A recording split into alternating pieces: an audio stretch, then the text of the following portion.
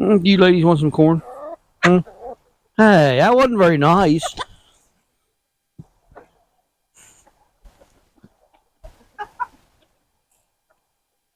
Mustn't be shocking them too much. They got their butts right on it. I got another ear here. Who wants this one? Who wants this ear? You want this one? You want this one? Here, Sarge. Sarge, here you go. There you go, Sarge. Nope, Red's taking it from you. Oh my goodness. That's what happens when you give. And that corn, that corn we got at the farmer's market yesterday, and it was pretty tough and didn't have much flavor to it. But they obviously like it. Jeez. That's why there was 3 pieces left over.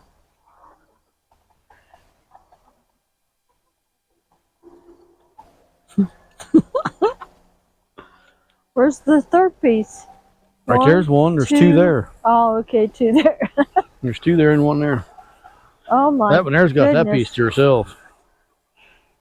It's like nobody even knows that one's there. Sarge, you're pretty. Freckles, you're a weirdo. Say, I'm pretty too. That striped rooster right there, I named him Sarge the other day. Because he got all them stripes on him. Made sense to me. Then that one there's Freckles. That in there came with our meat birds. That was the freebie. He was the freebie with the meat birds. Call him Freckles. That's what we named him whenever he's with the meat birds. Sarge just got on top of the food. Yep.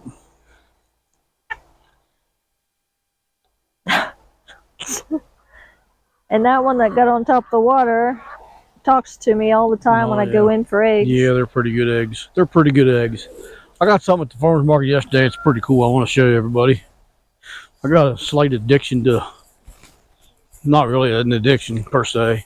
I like pitchforks. I have enough for 4 or 5 people, if not more. So yesterday at the farmer's market, I was told I wasn't allowed to have any more pitchforks, so I went and bought this. And yes, it's cool. It is a pitchfork, but it's a birdhouse.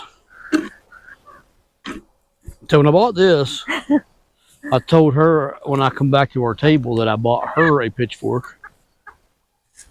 But this is pretty cool. I love it. At this point, there's no birds in there, but nothing nesting.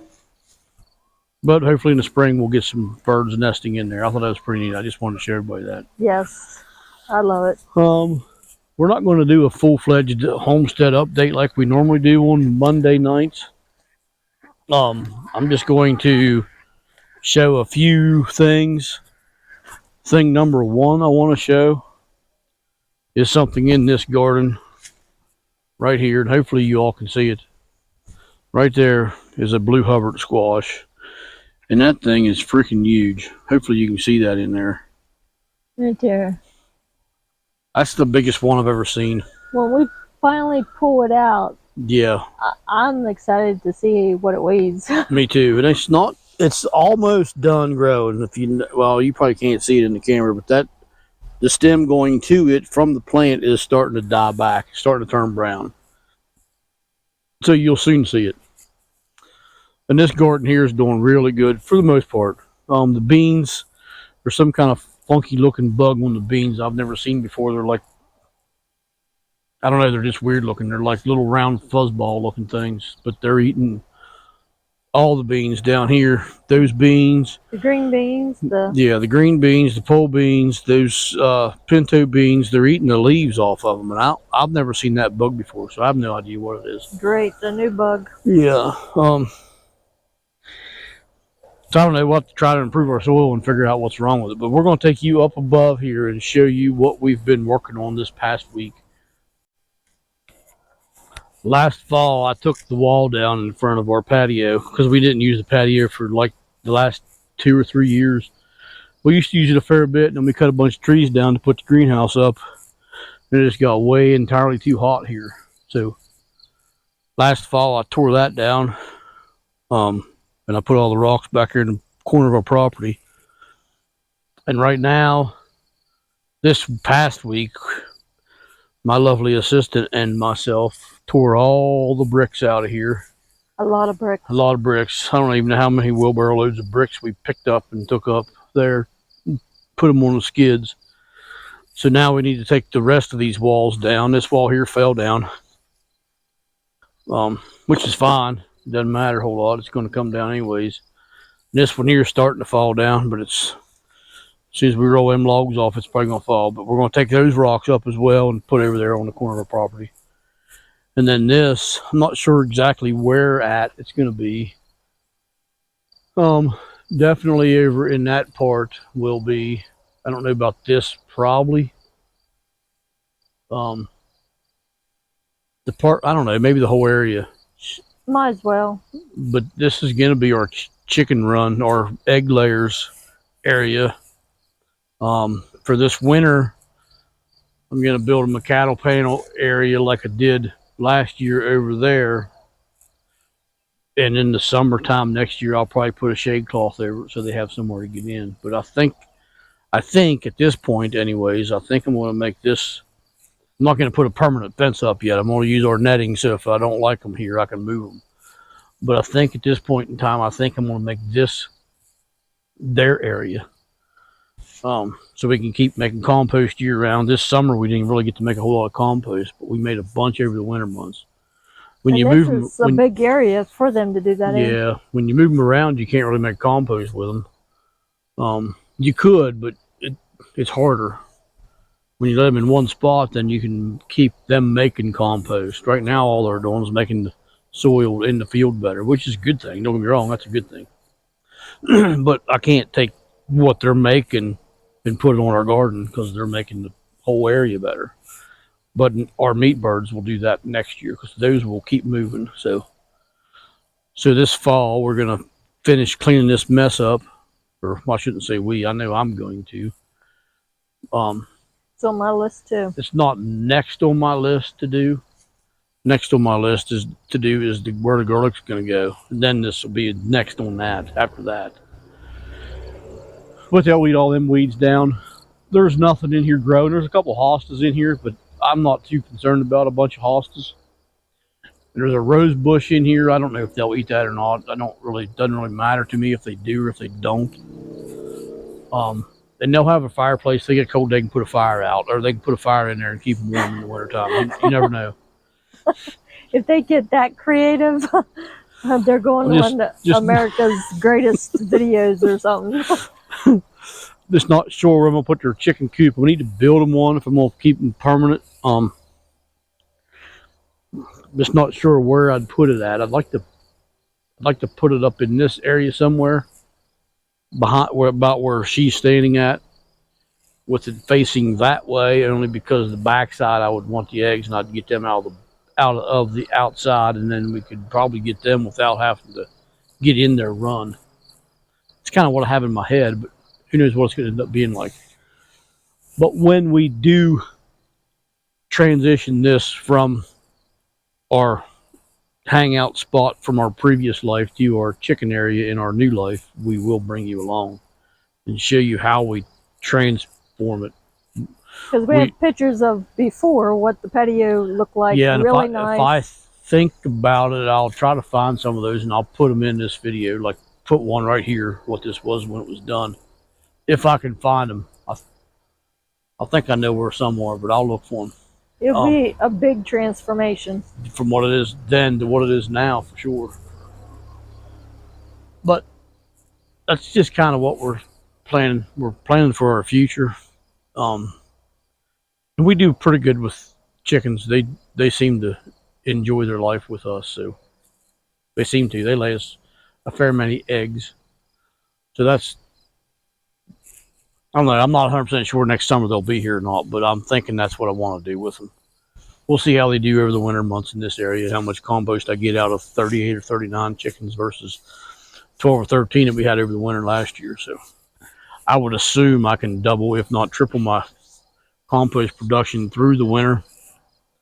And then through the summer months when it's hotter, as long as I can keep greens or browns here and keep putting stuff in here, they'll just keep making compost and making compost and making compost. But we'll see. Who knows Who knows what they're going to end up doing? You can never have enough compost. No, you can't. That's for dang sure. Especially if you got gardens going. And yeah, and especially when you make your own good compost on your own property, because when you make it here, all the microbes and stuff that you need are in it because it's made here.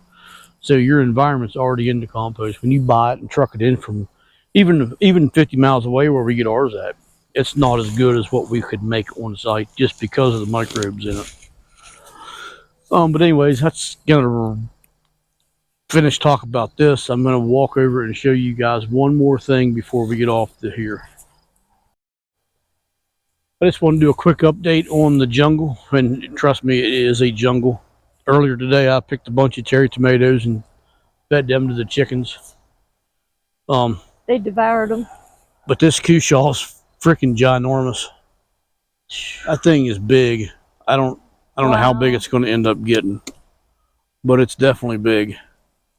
That one there hanging's pretty good size too. And there's one down in here. That doesn't do it justice. Let me see the camera and I'll bring you in this jungle along with me. There's one here on the ground. Oh, okay. Oh my gosh. Don't know if you can see it or not. Then there's some of these pumpkins. Not sure exactly what kind them are. It's like an acorn squash. I'm sure they're going to be good. Then we have some of these. I'm not sure what kind of pumpkins this is either. This one here, I don't know how I'm going to get it out because it's growed inside that cattle panel. Oh no. Yeah, I'm going to probably have to cut the cattle panel to get this out of it. And there's a tomato, which is pretty cool. Them's probably, I would assume they're San Marzinos, but I don't know that for sure.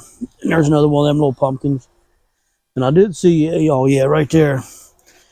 That is a spaghetti squash, but I don't know. I've never seen one look like that before, but it's probably out of some of them that I'd saved seeds from. So who truly knows what it is? Then there's some of them little, I don't know what they are.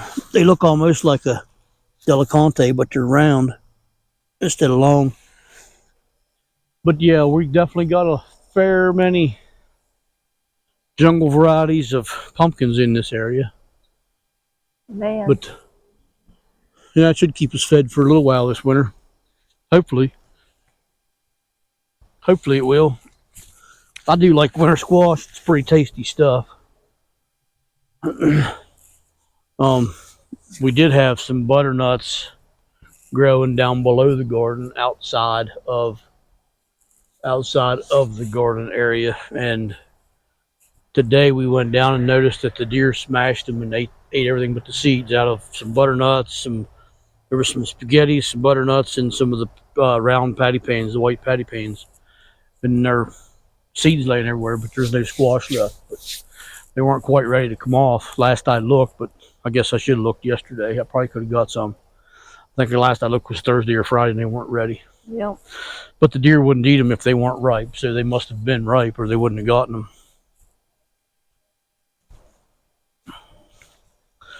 But there's a lot of stuff growing in here.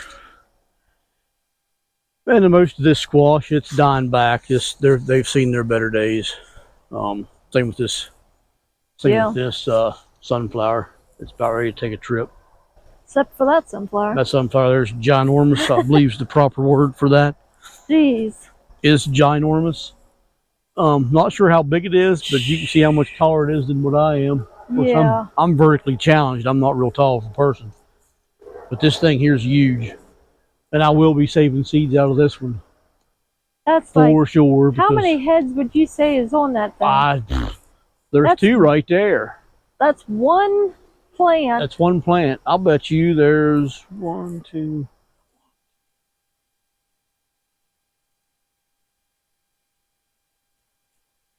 15, 20, probably 20. Oh my gosh.